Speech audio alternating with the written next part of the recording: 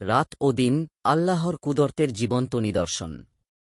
কোরআনুল কারিমের অনুবাদ ও সংক্ষিপ্ত ব্যাখ্যা। সূরা বনী ইসরাইল আয়াত 12। পরম করুণাময় অসীম দয়ালু আল্লাহর নামে। সরল অনুবাদ।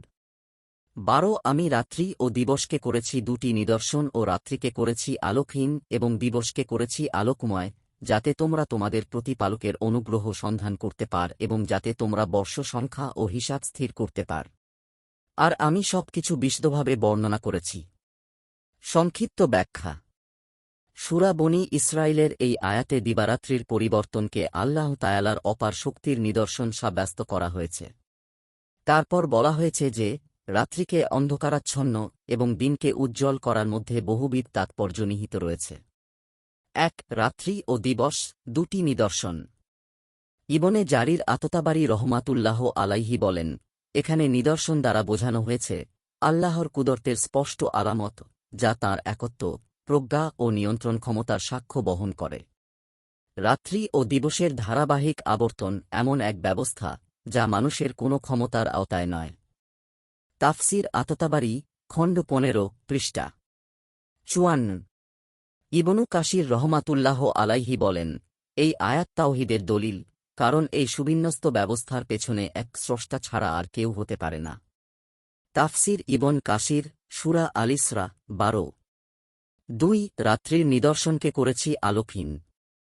মুফাসসিরগণ এখানে দুটি ব্যাখ্যা প্রদান করেছেন। ক আক্ষরিক ব্যাখ্যা। ইবনু আব্বাস রাদিয়াল্লাহু আনহু থেকে বর্ণিত, শুরুতে চাঁদ সূর্যের মতো উজ্জ্বল ছিল, পরে আল্লাহ তার আলো মুছে দেন, যাতে রাত হয় অন্ধকার। তাফসির তাবারি তাফসির কুরতুবী। খ অর্থবোধক ব্যাখ্যা রাজিহ মত। ইমাম কুরতুবী রহমাতুল্লাহ আলাইহি বলেন, মাহাওনা অর্থ রাতকে স্বভাবগতভাবে অন্ধকারময় করা, যাতে তা বিশ্রাম ও প্রশান্তির সময় হয়।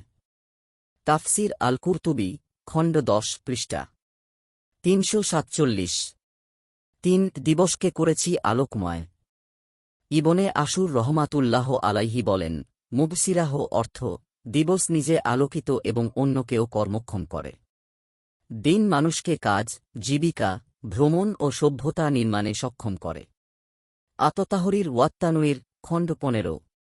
ইবনে কাসির বলেন, দিবসকে আলোকময় করার উদ্দেশ্য কেবল দেখার সুবিধা নয়, বরং মানব সভ্যতার ধারাবাহিকতা নিশ্চিত করা। তাফসির ইবন কাসির। 4 যাতে তোমরা প্রতিপালকের অনুগ্রহ সন্ধান কর। এখানে ফয়েল দ্বারা বোঝানো হয়েছে হালাল রিক, ব্যবসা বাণিজ্য, শ্রম ও জীবিকা। ইমাম বাগভী রহমাতুল্লাহ আলাইহি বলেন, দিনের আলো মানুষের উপার্জনের জন্য আল্লাহর বিশেষ অনুগ্রহ। মাআলিমুত তানজিল। 5 বর্ষ সংখ্যা ও হিসাব জানার জন্য। ইবনে জারির বলেন, রাত দিন সূর্যচন্দ্রের নিয়মিত চলাচলই ক্যালেন্ডার ও সময় গণনার ভিত্তি। তাফসির তাবারি এই আয়াত থেকেই ইসলামী বর্ষপঞ্জি, ইবাদতের সময় নির্ধারণ এবং সামাজিক শৃঙ্খলার ভিত্তি গড়ে উঠেছে। 6 সবকিছু বিশদভাবে বর্ণনা করেছি। ফখরুদ্দিন আর রাই রহমাতুল্লাহ আলাইহি বলেন, কুরআন শুধু বিশ্বাসের আহ্বান নয়, বরং অস্তিত্ব, সময় ও মানব জীবনের পূর্ণ রূপরেখা। তাফসির আলোকবীর খণ্ড 20। সারকথা এই আয়াত প্রমাণ করে, রাত ও দিন সৃষ্টিগত নিদর্শন, কেবল প্রাকৃতিক ঘটনা নয়।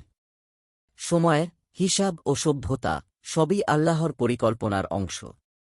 মানুষ এখানে স্বাধীন নয়, বরং একটি সুবিন্যস্ত কুদরতের অধীন। নিয়মিত ইসলামিক এবং স্বাস্থ্য বিষয়ক ভিডিও পেতে লাইক, কমেন্ট, ফলো এবং চ্যানেলটি সাবস্ক্রাইব করে পাশে থাকবেন। মহান আল্লাহ আপনাকে উত্তম যা দান করুক। আমিন।